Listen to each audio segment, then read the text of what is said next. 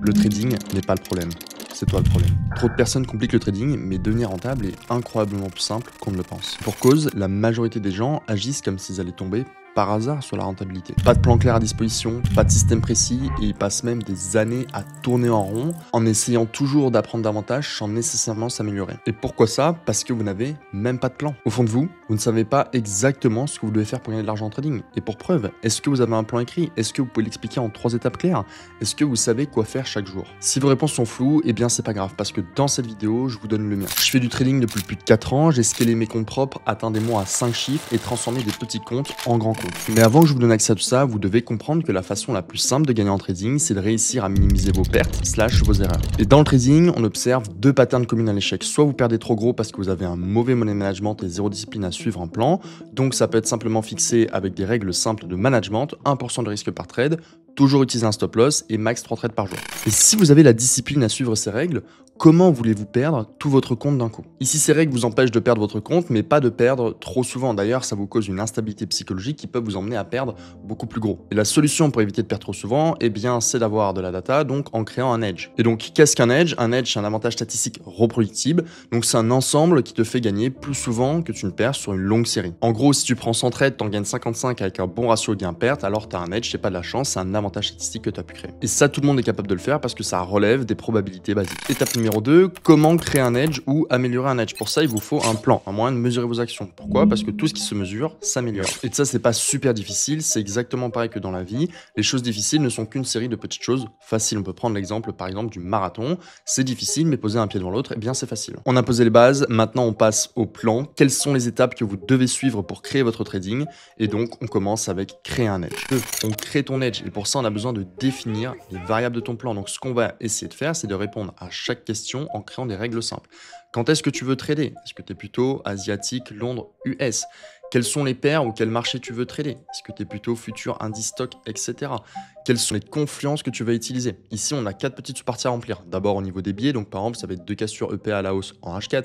Ensuite, au niveau des micro-zones, donc ça peut être dans ta zone EPA, où est-ce que tu attends que le prix revienne, dans quelle grande zone tu veux voir le prix revenir. À l'intérieur de cette zone, eh bien, tu définis une micro-zone. Donc par exemple, ça peut être une mèche de liquidation, ça peut être un order block, ça peut être une microstructure, mais dans cette grande zone, tu veux une petite zone dans laquelle tu vas analyser.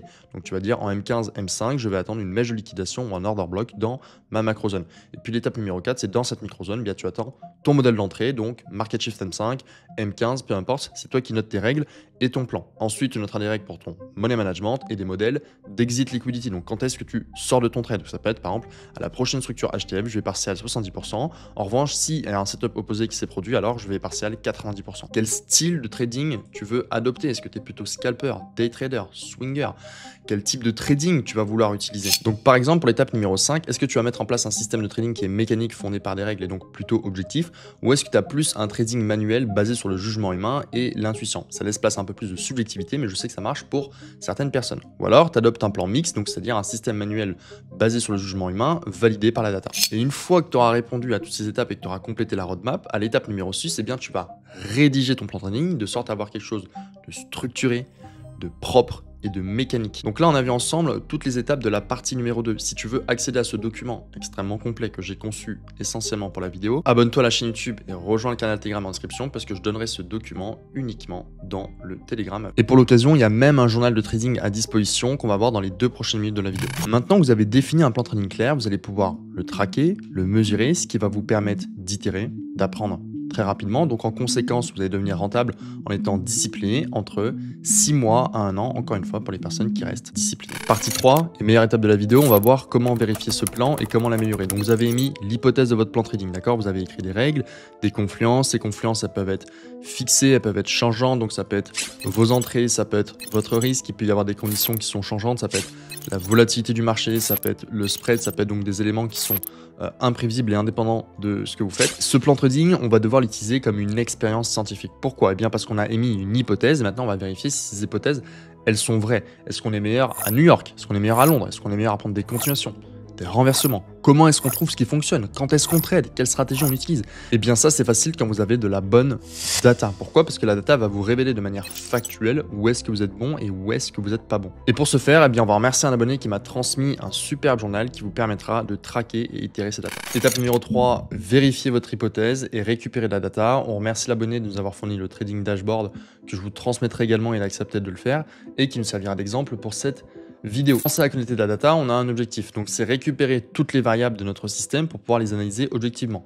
Donc ici, on a le timing, on a ce que vous avez appris, donc le commentaire que vous pouvez faire sur le trade, ensuite la paire utilisée, le type de trade que vous allez avoir, la time frame d'entrée, le setup, comment sont les conditions de marché, est-ce que ce sont des conditions bearish en range avec du volume contre tendance, est-ce que vous avez des mèches ou pas, je suppose que ce sont pour les entrées, ici le type d'entrée que vous avez, la time frame dans laquelle vous rentrez en position, le R que vous faites à chaque trade, le PNL moyen à réaliser, est-ce que vous avez une grosse win, une small win, est-ce que vous êtes break-even, est-ce que vous perdez, la position, est-ce que c'est un short, est-ce que c'est un long, la session dans laquelle vous tradez, Asian Open, Close, New York Close, London Open, et le jour dans lequel vous effectuez tous ces trades. Ce qui est top aussi avec ce journal de trading, c'est qu'ici vous avez la partie galerie. Dans cette partie galerie, vous allez pouvoir enregistrer tous vos trades et les détailler de manière beaucoup plus précise avec le 1 minute, le 5 minutes, mettre des screenshots, dire vos apprentissages, votre learning, comment vous avez managé le trade. Enfin, ça vous permet d'avoir quelque chose de beaucoup plus pro et d'accumuler de la data qui a été fait en conditions live de marché. On va admettre maintenant que vous avez rempli tous vos trades avec discipline dans des conditions réelles de marché et on va pouvoir commencer à faire de la data analyse. Donc, qu'est-ce qu'on va faire en premier lieu? On peut se poser la question, déjà, c'est quel est le meilleur moment pour nous pour trader? Donc, on peut se rendre ici, on va dans Asian Session, enfin, on va dans les sessions, pardon, et on va checker par exemple New York Close. On voit que New York Close, c'est 71% de win rate, donc c'est intéressant. On voit que l'Asian Close, par exemple, c'est 90% de win rate. Voilà. Et donc, on a un petit peu de data. L'idée, après, c'est d'avoir énormément de data et de pouvoir avoir des choses qui sont quand même super intéressantes et qui s'éloignent de l'overfitting. Donc, il faut à peu près 1000 trades pour que ce soit le cas. Par exemple, si on prend la New York Session, bah ici on voit qu'on n'a pas de trade, donc c'est pas intéressant pour nous trader. Disons l'Asian Open, et on voit que l'Asian Open, bah, c'est 66%, c'est beaucoup moins intéressant, et il y a très peu de data, donc on a très peu de trades dans ces environnements-là. Donc on peut conclure rapidement que la New York Close ainsi que l'Asian Close sont les meilleures périodes pour nous pour trader, et on observe qu'on a 83% de win rate. Donc une fois que vous avez fait ça, bah, vous définissez vos meilleures horaires de trading et vous pouvez les prendre en compte. Maintenant, nouvelle question qu'on peut se poser, c'est dans quelles conditions de marché on est le meilleur. Donc on clique ici, on va aller dans Market Condition, on va mettre filtrer et on va checker un peu nos résultats. Actuellement, on a 83% de win rate en tradant l'Asian Close et la London Open. Donc est-ce que dans les trends, ça nous rajoute de la win rate? Non. Donc dans les ranges, on voit que par contre, on a 100%, donc c'est super intéressant. Dans la contre-tendance, on voit qu'on a 66%. Et uniquement dans les trends, on a 76%. Donc globalement, on peut dire que dans l'ensemble, on a une win rate à 83% et on surperforme dans les ranges puisque actuellement on a 100%. Après, ça reste un petit peu subjectif parce qu'il n'y a que 3 data et évidemment, pour pouvoir prendre en compte, je dirais qu'il faut au moins 100 data et pour éviter l'overfitting, il faudrait au moins 1000 data. Maintenant, on peut se poser la question dans quel time frame d'entrée on est le plus pertinent. Donc ici, je vais dans filtre. Et si je teste par exemple le M15, eh bien, je vois que j'ai une win rate qui diminue, donc 80%. Si maintenant je teste le M5, on voit que ça ne bouge pas. Si je teste le M1, on voit que ça ne bouge pas. Donc on est plus performant en entrant dans des petits time frames plutôt que dans les time frames un peu plus larges. Et ça, vous l'avez vu, on pourrait le faire avec toutes les variables qui composent notre plan ici. Ça pourrait être aussi en filtrant entre le XO USD et l'euro USD. On voit qu'on a 88% de win rate avec le XO.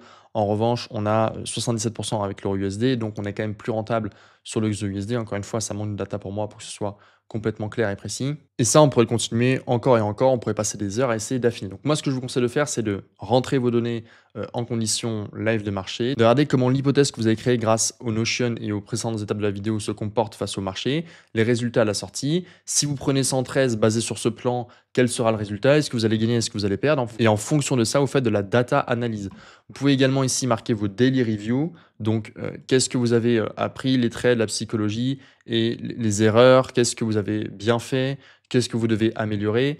Et en fait, à partir de ça, vous allez quand même commencer à vous améliorer grandement. Donc, ce journal de trading, il sera disponible directement dans le Notion. Vous rejoignez le Telegram en description et vous l'obtiendrez à partir de ce moment-là. Donc voilà, vous l'avez compris, le journal, lui, il consiste à recueillir les données, que vous puissiez les examiner, analyser et voir si l'hypothèse se valide. L'objectif ici sera très simple, ce sera de remplacer le doute par de la clarté statistique et qu'à l'issue de 100 trades, vous sachiez exactement si vous êtes gagnant, perdant. En tout cas, vous pouvez l'optimiser avec la boucle d'apprentissage qu'on va voir juste après. Petit point sur la psychologie. La data permet la discipline. Et je crois qu'il y a beaucoup de gens qui font une grande erreur, qui se concentrent uniquement sur la psychologie, avant d'avoir un système en place. Ça ne fonctionnera jamais. La psychologie, ce n'est pas une cause, c'est la conséquence de l'absence de clarté. Donc d'abord, vous devez travailler sur une training stratégie, vous devez la valider par la data. Une fois que vous avez de la matière, vous allez avoir beaucoup plus de facilité à vous focus et à être discipliné dans l'exécution de votre stratégie. Et donc, vous augmentez vos chances d'avoir du succès dans votre trading. Et ce qui est dommage, c'est que la majeure partie des personnes pensent que la psychologie est le problème de la stratégie. Ils vont se concentrer dessus et ils vont perdre 1 an, 2 ans, 3 ans en essayant de suivre cette voie. Alors que vous avez simplement à créer un plan trading clair, défini, et vous allez résoudre pratiquement 95% de vos problèmes psychologiques. Vous savez, des problèmes psychologiques liés à la peur, au FOMO, eh bien, ils vont être résolus par la confiance. Et comment vous obtenez de la confiance? Eh bien, vous allez récolter de la data, vous allez à la data analyse, vous allez en tirer des conclusions et valider vos hypothèses ou non, ce qui vous permettra d'avoir un meilleur focus et une meilleure discipline. Ce que vous devez faire, c'est surtout ne pas abandonner quand vous commencez. Étape numéro 2, ne pas vous reposer sur vos acquis quand ça commence à marcher. De plus, avec le temps, on observe 2 types d'intervenants. Les intervenants qui sont focus sur l'apprentissage et les intervenants qui sont focus sur la victoire. La différence entre les deux réside entre un trader focus sur la discipline à exécuter son plan à un analyste qui lui est focus sur le résultat du trade. Et ces analystes ont des croyances infondées. Ils sont focus uniquement sur le résultat. Leur postulat de départ, c'est « je veux devenir un trader rentable ». Alors leur croyance, c'est qu'un trader profitable, c'est quelqu'un qui gagne souvent. Donc la pensée sous-jacente, c'est « je dois gagner à tout prix ». Les comportements déclenchés sont les suivants. Ils dévident leur plan puisqu'ils doivent trader plus pour gagner plus. Ils font des prises de risques qui sont impulsives, des entrées forcées, une gestion émotionnelle qui n'est pas bonne. Et surtout, le point à retenir, c'est que ce sont des personnes qui analysent un résultat. Ils cherchent à avoir raison. Et donc la conséquence long terme observée, ce sont des pertes répétées, une boucle d'échecs et un trader non profitable. Ils sont dominés par la peur, l'avidité et le manque de structure. En revanche, un trader n'a pas du tout la même vision des choses. Il est focus sur l'apprentissage. Son postulat de départ, c'est qu'il veut devenir un trader profitable exactement comme un analyste, mais à contrario, eh bien, les traders profitables sont des personnes qui sont disciplinées mais qui ne sont pas parfaites. Ils ne sont pas concentrés sur le résultat du trade, ils ne cherchent pas à avoir raison, mais ils cherchent à être disciplinés et à respecter le plan qu'ils ont créé, qui leur donne l'edge dans le marché tant recherché. Donc la pensée sous-jacente, c'est je suis mon plan et je m'en fiche de forcément gagner à chaque trade. Je ne suis pas convaincu, je ne cherche pas à avoir raison. La conséquence dans le comportement, c'est un respect strict du système, c'est un suivi de son journal, c'est une objective dans son analyse. Donc la conséquence à long terme, c'est qu'il a une courbe de performance qui est plutôt stable et on observe des traders qui sont profitables. A contrario, regardez la différence. Un trader, lui, il met son énergie sur ce qu'il peut contrôler. Il sait que s'il répète les bons comportements, les résultats suivront automatiquement. La conclusion qu'on peut faire sur cette partie, c'est que le vrai changement, il vient du focus. C'est basculer d'une vision court-termiste vers une vision disciplinée à long terme. On va mettre de l'effort de travail sur les inputs que l'on contrôle, donc le respect de notre système, la gestion du risque, notre journal, notre état émotionnel. Et on conclut avec ces 2 petites phrases que le problème n'est pas ce que tu sais, le problème c'est ce que tu crois. En résumé de la vidéo, on a vu que pour gagner, être enfin profitable, il faut éviter trop de pertes. Pour ça, on a vu qu'il fallait avoir un risque management qui était simple et un edge backé par la data. Donc 95% de la psychologie est réglée en faisant le putain de taf. Ce que je veux dire par là, c'est qu'il faut avoir un système clair, défini et prouvé par la data. Pour finir cette vidéo et l'appliquer, voici les 4 étapes simples à appliquer. D'abord, vous écrivez un plan de trading simple. Il n'a pas besoin d'être le plan le plus parfait, le plus optimal. Une fois que c'est fait, vous allez journaler 100 trades conformément à ce plan. Vous allez suivre chaque raison pour lesquelles vous prenez un trade, chaque confluence, chaque variable avec autant de détails que possible. C'est fastidieux, c'est ennuyeux, c'est un peu la partie difficile du trading, mais à quel point c'est difficile de journaler un trade? C'est pas si difficile, d'accord? Ensuite, vous allez analyser, review, repérer ce qui marche, identifier ce qui foire. Et vous répétez le process encore et encore. Et rappelez-vous que si vous ne changez rien, rien ne change. L'apprentissage ne se produit que lorsqu'il y a un changement de comportement. Si vous regardez cette vidéo et que vous ne changez pas votre comportement dès maintenant, dès après cette vidéo, vous faites exactement la même chose. Vous n'apprenez pas. C'est juste du divertissement et vous perdez votre temps. Donc, apprenez. Si jamais vous avez d'autres questions, rejoignez le Telegram en description. Je vous donnerai à l'intérieur le journal de trading Notion complet, le bilan de cette vidéo et on se dit à très vite. Ciao, ciao. C'était le M.